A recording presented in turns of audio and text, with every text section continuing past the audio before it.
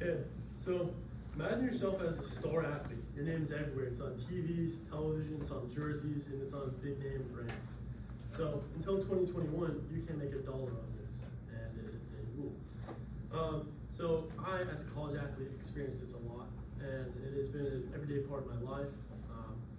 So what is it? So NIL has completely changed the face of college sports, turning it once play-for-play sport into now pay-for-play sport, leaving viewers comparing college to a professional sport.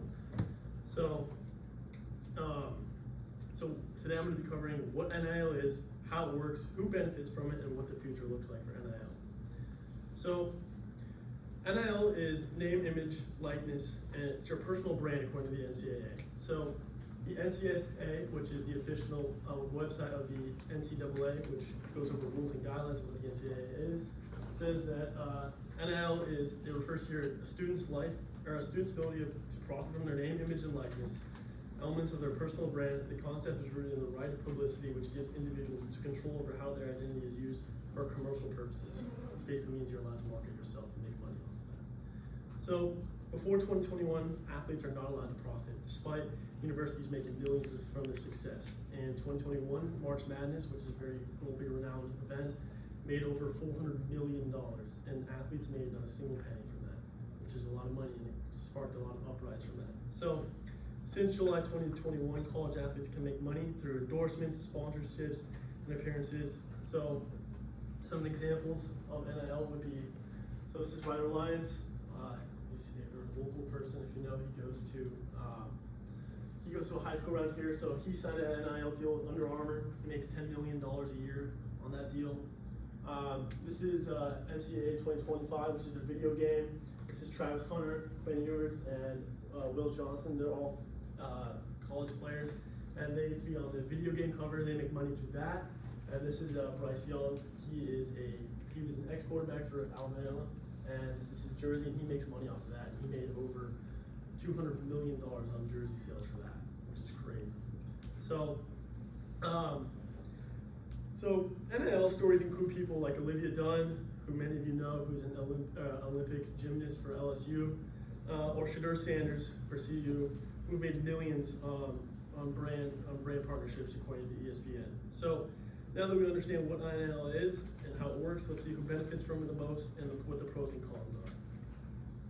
So this is a current layout of what NIL looks like. So this is what the athletes, like how much, like the consumption of what they make, like what the layout is, and this is what the school makes. So majority of their money comes through social media posts, which is 62.5%, and the school makes 42.1% on that.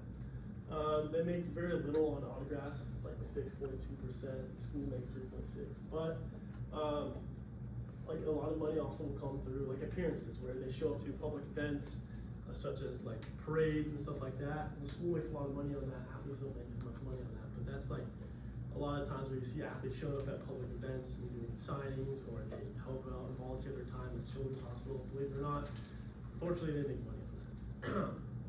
So here's the pros and cons. So high-profile male athletes benefit the most due to media visibility, according to Richard Southall, who is an ESPN analyst for college football. So female athletes and those in non-revenue sports can also benefit, particularly through social media influences and branding. So benefits include financial freedom for these athletes, entrepreneurship opportunities, and increased equity for female athletes. So some drawbacks include unequal opportunities, recruitment imbalances, as many recruits are going to go where the money is. So if the school's offering them more money to come play there, they're going to go play there, which leaves the smaller universities at a loss. And so this is why these big SEC schools are crushing these little schools. So, and it leaves distractions from academics. So finally, let's consider what the future holds for NIL. So Congress is considering a federal NIL law to standardize NIL nationwide. NIL encourages athletes to stay in college longer, which allows for career stability. NIL is changing the lives of athletes with financial issues, allowing them to find a new leg to stand on. So this is what some of the people think. So majority of people do support this as sports consumer fans. They believe that it is right to be paying the athletes, but a lot of Americans also support this too, that don't enjoy watching sports or partaking in this. So it is a locally, like nationwide, like, looked on and positive thing. However, there is a lot of negatives to this too, as it does cause a lot of, fights between colleges and stuff like that, and imbalances. So the government is currently regulating stuff, putting a cap at how much you can make, balancing this so that one person can't make way too much money and making over $100 million. Like the cap right now, I believe, is going to be $1 million for each athlete, so they can make up to $1 million. So NIL is changing lives of athletes with financial issues, allowing them to find a new leg to stand on.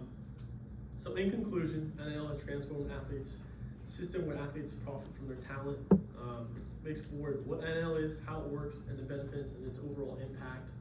And then NIL revolutionized the concept of amateurism in college sports, allowing athletes to get a fair consumption for contribution. However, it is making it more like a professional sport.